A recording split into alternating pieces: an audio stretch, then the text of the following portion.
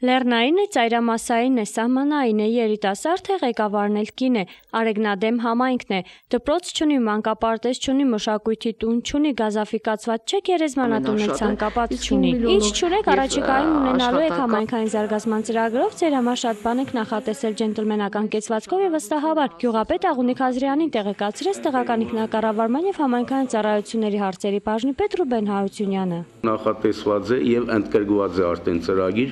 Արեգնադեմի միջնակարգ դպրոցի կառուցումը։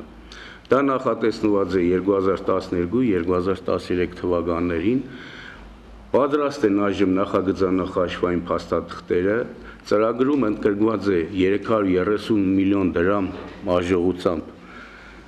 դպրոցական շենքի կառուցում, հանրապետական ենթագահության ճանապարհից H257 ճանապարհից մինչև գյուղ 1.2 կիլոմետր երկարությամբ, 80 միլիոն դրամ արժողությամբ 2013 թվականին, 2012 թվականին 150 միլիոն դրամ արժողությամբ ծրագիր է իրականացվելու Արեգնադեմ համայնքի խմելու ջրի ներքին ցանցի համար։ Հազարամյակի մարտահրավերներ ծրագրով Արեգնադեմի ոռոգման ցանցն ու այլ ջրագիծներ են նորոգվելու, պատասխանատուները հանգուցյալների նկատմամբ էլ անտարբեր չեն լինի։ Նախատեսված է վարձատրվող հասարակական աշխատանքներ ծրագրով իրականացնել Արեգնադեմ համայնքի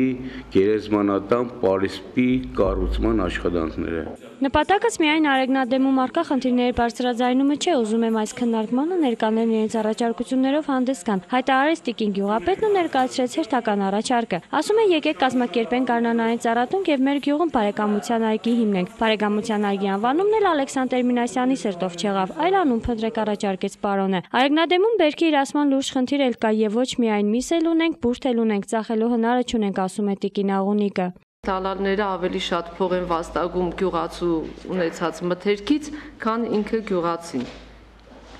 Հետո մեր գյուղում շատ լավ աճ ունի վարսակը։ Գյուղացին այսօր ամենաշատը իր հողերում ցանում է վարսակ, բայց իրացնելու տեղ չկա։ Վարսակը գերգուլես,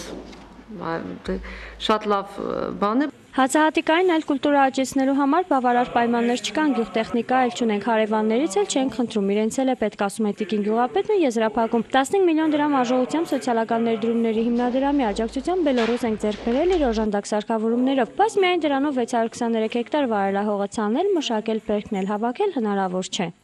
Արմենե Հումինասյան, Խաչատուր Գևորգյան, Ազդարար։